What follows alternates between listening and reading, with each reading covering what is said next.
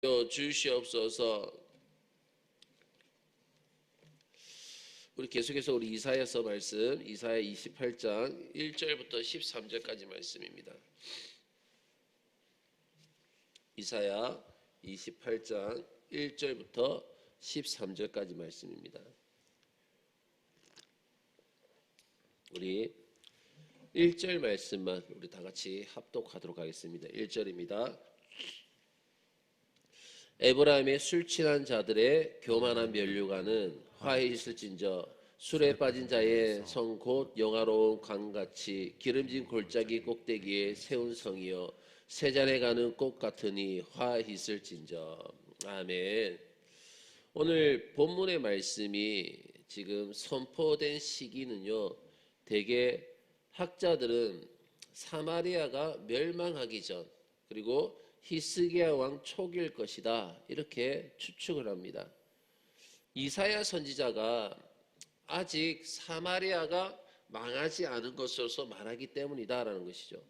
그러나 그것은 중요한 것이 아닙니다. 왜냐하면 이사야가 궁극적으로 예언하려고 하는 핵심은요, 사마리아가 아니라 바로 예루살렘이기 때문인 것입니다.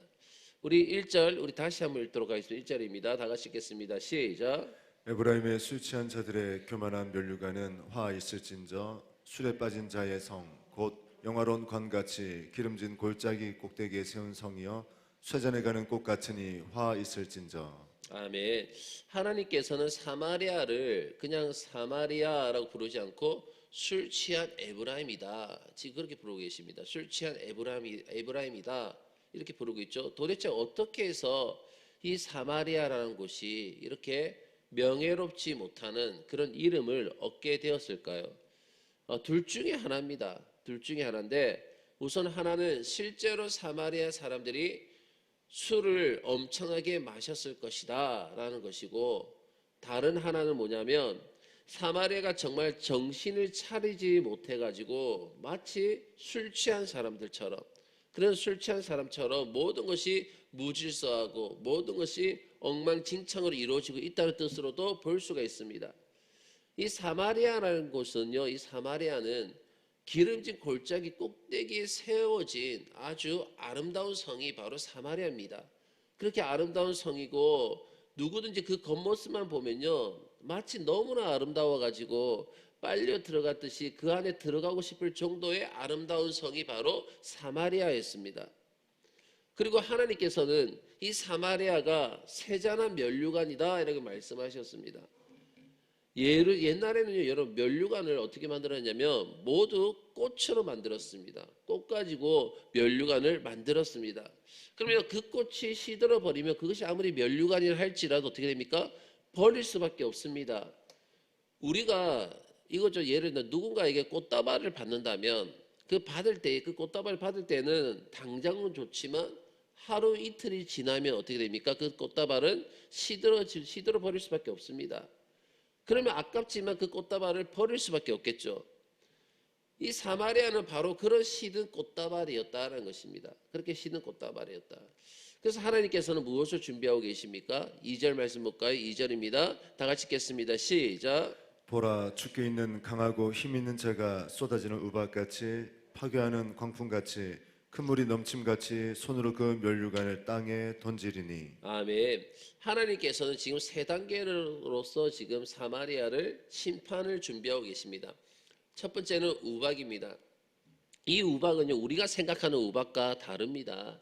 우리나라에 내리는 우박은요, 아주 작은 얼음 덩어리이지만 지금 이곳에서 내리는 우박은 아주 돌덩이만한, 머리가 깨질 정도로 큰 우박이 떨어지는 것입니다.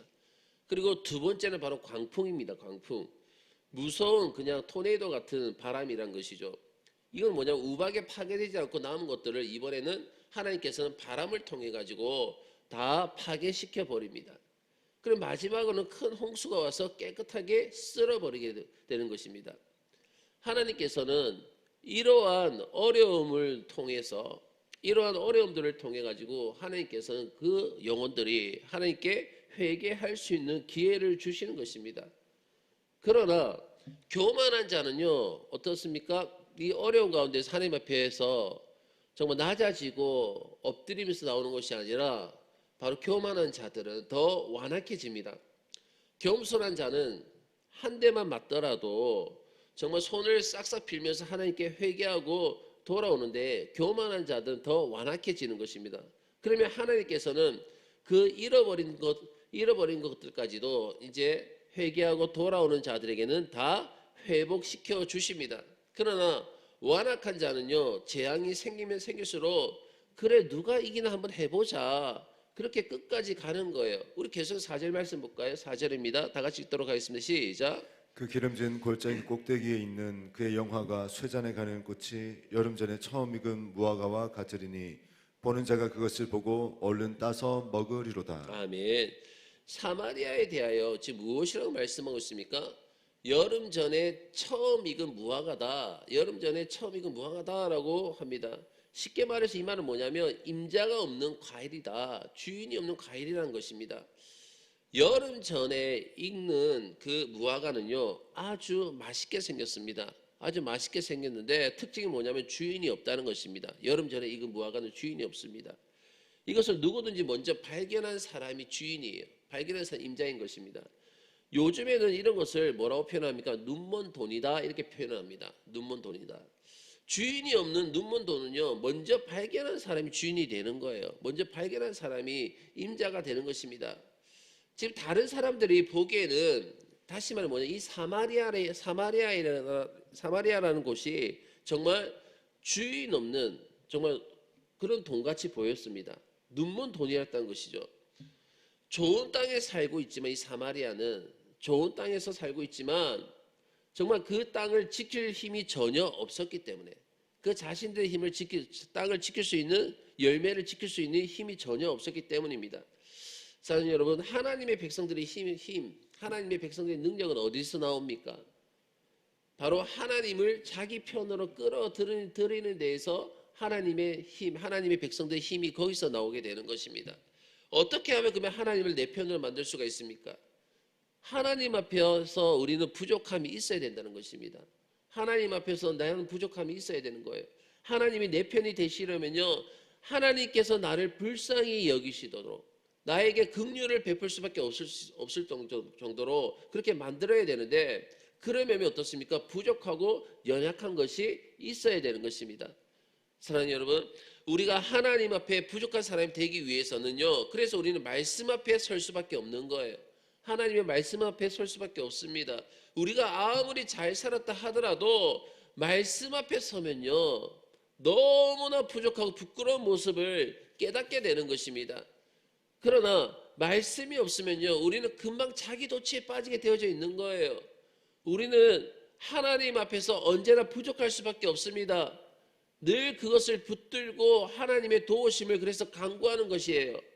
그리고 하나님께서는 이 술 취한 사마리아는 땅에 던지셔가지고 밟히게 하시되 남은 자들에게는 하나님 자신이 영화로운 면류관이 되실 것이다, 이렇게 말씀을 하십니다. 우리 계속 5절 말씀 보도록 하겠습니다. 5절입니다. 다 같이 읽도록 하겠습니다. 시작. 그날에 만군의 여호와께서 자기 백성의 남은 자에게 영화로운 면류관이 되시며 아름다운 화관이 되실 것이라. 아멘. 중요한 것은 자기 백성의 남은 자가 누구냐, 이 자기 백성 남은 자를 누구를 말하는 것이냐는 것이죠. 다시 말해서 사마리아가 아수르에게 멸망할 때에 죽지 않고 살아남은 자를 지금 남은 자다, 자기 백성의 남은 자다라고 말씀하시는가, 아니면 지금부터 말씀하려고 하시는 남유다 왕국을 말하려고 하는 것일까? 결론을 말하자면요, 이거는 사마리아의 남은 자도 아니고 유다 왕국을 말하는 것도 아닙니다. 유다 왕국도 사마리아와 똑같이 어떻게 됩니까? 이제 술 취한 백성들이기 때문이라는 것이죠. 1차적으로 남은 자는요, 유다 백성들 중에서 바벨론의 포로로 잡혀갔다가 돌아온 자들을 말씀하는 것입니다. 그들은 어때요? 철저한 고난 가운데서 오직 하나님 한 분만을 붙들고 있었습니다. 그리고 그 하나님 한 분만을 붙들고 돌아왔죠. 그 다음은요, 이것을 신약교회를 의미합니다. 신약교회. 하나님은 직접 그들의 면류관이 되어 주겠다라고 말씀하십니다. 직접 그들의 면류관이 되어 주시겠다. 자기 스스로 면류관을 얻는 사람과 하나님이 면류관이 되시는 사람, 자기 스스로 자기 머리에 얹어서 면류관을 가지는 사람과 얻는 사람과 하나님이 면류관이 되신 사람이 여러분 무엇이 다릅니까? 자기 머리에 얹은 면류관은요, 시간이 지나면요 시들어 버리고 말라 버릴 수밖에 없습니다. 정말 말라서 버리지만 하나님은 영원히 시들지 아니하시기 때문에 그 면류관은 마르지 않다는 것입니다. 그래서 그들은 영원히 아름답습니다. 우리 계속해서 6절 말씀 봅시다. 6절입니다. 다 같이 읽도록 하겠습니다. 시작. 재판석에 앉은 자에게는 판결하는 영이 되시며 성문에서 싸움을 말리시는 자에게는 힘이 되시리로다. 아멘. 이 두 가지는요, 하나님의 백성들에게 가장 중요한 것입니다. 하나는 공정한 재판입니다. 그래야 사람들이 법을 두려워하고 죄 짓는 것을 겁낼 것입니다. 하나님께서는 주를 의지하는 사람에게 분명하게 분별력을 주시겠다라고 했습니다. 여러분 세상에 나가 보십시오. 세상에 나가 보시면 정말 거짓말하지 않는 사람이 없습니다. 우리는 그 거짓말을 꿰뚫어 보아야 하는 것입니다. 그 거짓말을 뚫고 그 안에 있는 실체를 보아야 그 거짓에 속지 않는 것입니다. 그리고 다른 하나는 뭐냐면 성문에 몰려든 적군을 물리치는 힘입니다. 앞에서 말한 것이 내부적인 문제라면 적은 외부에서 공격해 오는 어려움이에요. 하나님께서는 그들을 물리치는 힘이 되어 주십니다. 어떻게 힘이 되어 주십니까? 바로 성령의 능력으로 하시는 것입니다. 하나님의 성령은요, 못하시는 일이 없습니다. 하나님의 성령은 지혜가 부족한 자에게는 능히 분별할 수 있는 지혜를 주십니다. 그리고 힘이 없는 자에게는 바로 힘이 되어 주시는 것입니다. 자기는 분명히 힘이 없고 돈이 없습니다. 그러나 주위 사람들에게 그 주위 사람들을 통해 가지고 많은 도움을 받게 하시는 것입니다. 하나님께서는 스스로 높이는 자는 시들게 하시고 늘 자기 자신을 낮추고 하나님을 붙드는 자에게는 지혜와 힘으로 지켜주시고 그들을 붙들어 주시는 것입니다. 이사야는 사마리아의 멸망을 지금 당연시하고 있습니다. 북이스라엘 멸망을 지금 당연시하고 있습니다. 중요한 것은 지금 남아있는 유다가 어떤 모습을 하느냐는 것입니다. 그런데 놀랍게도 이 남유다도 사마리아의 모습을 그대로 답습을 하고 있었습니다. 자, 우리 7절 말씀 봅시다. 계속 7절입니다. 다 같이 읽도록 하겠습니다. 시작.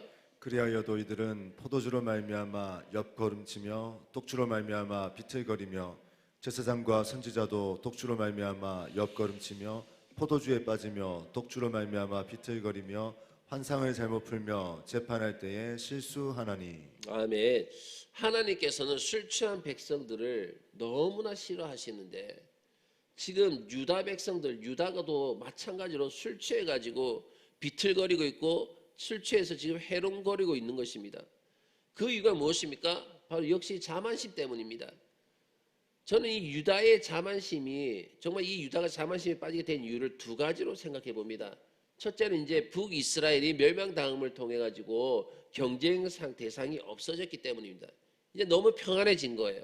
그 두 번째는 뭐냐면 그럼을 통해서 물질적으로 갑자기 잘 살게 되었기 때문이라는 것입니다. 그리고 우리 계속 8절 말씀 볼까요? 8절입니다. 다 같이 읽겠습니다. 시작. 모든 상에는 토한 것 더러운 것이 가득하고 깨끗한 곳이 없도다. 아멘. 술 취해서 아무데나 토하니까 온 성이 무엇입니까? 토한 오물로서 가득했다라는 것입니다. 이것은 실제로 그랬다는 뜻도 되지만 바로 그들의 언어가 너무나 더러운 거예요. 이들이 말하는 모든 언어들이 너무나 더러워서 더러운 말과 사상으로서 온 사회가 오염되었다라는 그런 뜻도 됩니다. 유다가 방종한 가장 중요한 원인이 무엇입니까? 하나님 말씀을 너무나 유치하게 너무 부분적으로 가르치는 것이 문제였습니다. 자, 우리 9절 말씀 볼까요? 9절입니다. 다 같이 읽겠습니다. 시작. 그들이 이르기를 그가 누구에게 지식을 가르치며 누구에게 도를 전하여 깨닫게 하려는가? 저 떨어져 품을 떠난 자들에게 하려는가? 아멘. 이 말씀은요 정말 어려운 말씀인데 이 말씀 그대로 보면요 하나님의 말씀을 모두 잘 알기 때문에 어른들은 말씀을 배울 필요가 없다는 뜻으로 생각됩니다. 다시 말해서 하나님의 말씀 뻔하다는 거예요. 하나님의 말씀은 뻔하기 때문에 어른들은 더 이상 배울 필요가 없고 이제 태어난 지 3, 4년 지나 저 때는 어린아이나 배우면 된다라는 말로 생각이 됩니다. 이거는요 정말 하나님의 말씀을 무시하는 처사입니다. 도대체 어떻게 하나님의 말씀이 유치한 것이 되어버렸습니까? 그것은 제사장이나 선지자들이 말씀을 그런 수준에서 가르쳤기 때문이라는 거예요. 그들은 하나님의 구원의 경륜 같은 것은 가르치지도 않았습니다. 어른이 된 후에도요, 정말 유치부에서 듣던 수준을 벗어나지 않는 거예요. 유치부에서 그 말씀 듣던 수준을 벗어나지 못했다는 것입니다. 그 이유가 무엇입니까? 가장 중요한 이유는 뭐냐면 말씀을 가르치는 자가 그 하나님의 말씀을 믿지 않았기 때문인 것입니다. 말씀을 가르친 자가 하나님의 말씀을 믿지 않았기 때문에 또한 백성들이 무지해야 더 다루기가 쉽다라고 생각했는지 모릅니다. 바로 이 현상이 우리들에게 나타나고 있습니다. 오늘날 많은 그리스도인들이요 아주 간단한 구원의 진리 외에는 실제로 성경을 모른다는 거예요. 하나님의 말씀을 모른다는 것입니다. 우리 계속 10절 말씀 볼까요? 10절입니다. 다 같이 읽겠습니다. 시작. 대저 경계에 경계를 더하며 경계에 경계를 더하며 교훈에 교훈을 더하며 교훈에 교훈을 더하되 여기서도 조금 저기서도 조금 하는구나 하는도다. 아멘.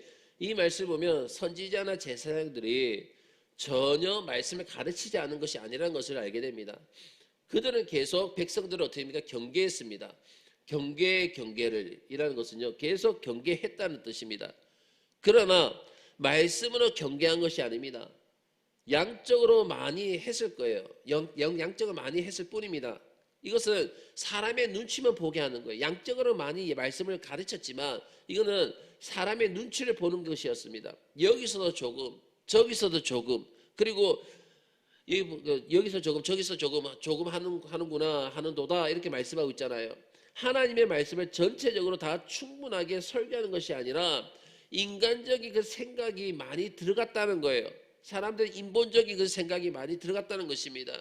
자기가 경험한 것도 조금 넣고 자기가 본 책에서 조금 넣고 그리고 다른 데에서의 것을 일들을 또 인용해서 넣고 그리고 이렇게 해서 결국 이 말씀이 어디서 온 것인지 모르게 만든 것입니다. 오늘날 기독교의 타락과 침체의 원인이 어디에 있습니까? 바로 하나님의 말씀을 분명하게 전하지 못하는 것입니다. 자, 우리 계속 11절부터 12절까지 말씀 봅시다. 다 같이 읽도록 하겠습니다. 시작. 그러므로 더듬는 입술과 다른 방언으로 그가 이 백성에게 말씀하시리라. 전에 그들에게 이르시기를 이것이 너희의 안식이요 이것이 너희 상쾌함이니 너희는 곤비한 자에게 안식을 주라 하셨으나 그들이 듣지 아니하였으므로. 아멘. 여기서 더듬는 입술과 다른 방언으로 말씀하신다라고 하는 것은 이방인의 통치를 받게 될 것을 뜻하는 것입니다. 이방인의 통치를 받게 된다. 그것을 뜻하는 것인데 왜 그렇게 됩니까? 평범한 말로 전하는 하나님의 말씀을 업신여기는 거예요. 평범한 말로 전하는 하나님의 말씀을 업신여기고 이방인들의 말을 부러워했기 때문인 것입니다. 이들은 이방인의 말로 정말 언어를 말하는 것을 보면 정말 유식한 자다. 쉽게 말해서 이방인의 언어로 말하는 자는 유식한 자로 인정되었습니다. 하나님께서는 이방인의 언어가 좋으면 실컷 이방인의 언어를 써보아라. 이방인의 언어를 써보라. 그리고 그들을 이방인의 포로가 되게 하셨습니다. 그래서 하나님께서는 말씀이 그들의 안식이며 상쾌함이라고 하셨습니다. 말씀이 그들을 치료하며 잘못된 길에서 돌이키게 하기 때문이라는 것이죠. 우리 마지막 13절 말씀 볼까요? 13절입니다. 다 같이 읽겠습니다. 시작. 여호와께서 그들에게 말씀하시되 경계에 경계를 더하며 경계에 경계를 더하며 교훈에 교훈을 더하며 교훈에 교훈을 더하고 여기서도 조금 저기서도 조금 하사 그들이 가다가 뒤로 넘어져 부러지며 걸림며 붙잡히게 하시리라. 아멘. 말씀을 중요하게 생각하지 않고 대충 넘어갈 때에 넘어뜨리신다라는 것입니다. 말씀을 중요하게 생각하지 않고 대충 그렇게 넘어갈 때에 넘어뜨리신다. 다시 말해서 스스로 말씀을 거부하면 그렇게 하신다는 것입니다. 하나님께서는 억지로 우리에게 믿음을 주시지 않습니다. 우리에게 억지로 믿음을 주시지 않아요. 말씀을 대충 듣고 산 결과가 무엇입니까? 바로 걸려서 넘어지는 것입니다. 걸려서 넘어지는 거. 이사야 때와 오늘 우리의 때의 신앙의 문제가 얼마나 비슷한지 모릅니다. 오늘도 우리가 망하는 이유는요, 하나님의 말씀에 신중하지 못하고 경솔하기 때문에 우리가 망하는 것입니다. 피상적인 신앙의 자세가 스스로 도취하게 만들고 결국 걸려서 넘어지게 만드는 것입니다. 그래서 우리 스스로 절대 우리는 안심할 수가 없습니다. 하나님께서 끝까지 우리를 정신 차리게 하시며 그분의 말씀을 끝까지 붙들게 하시기를 주의 이름으로 축원합니다.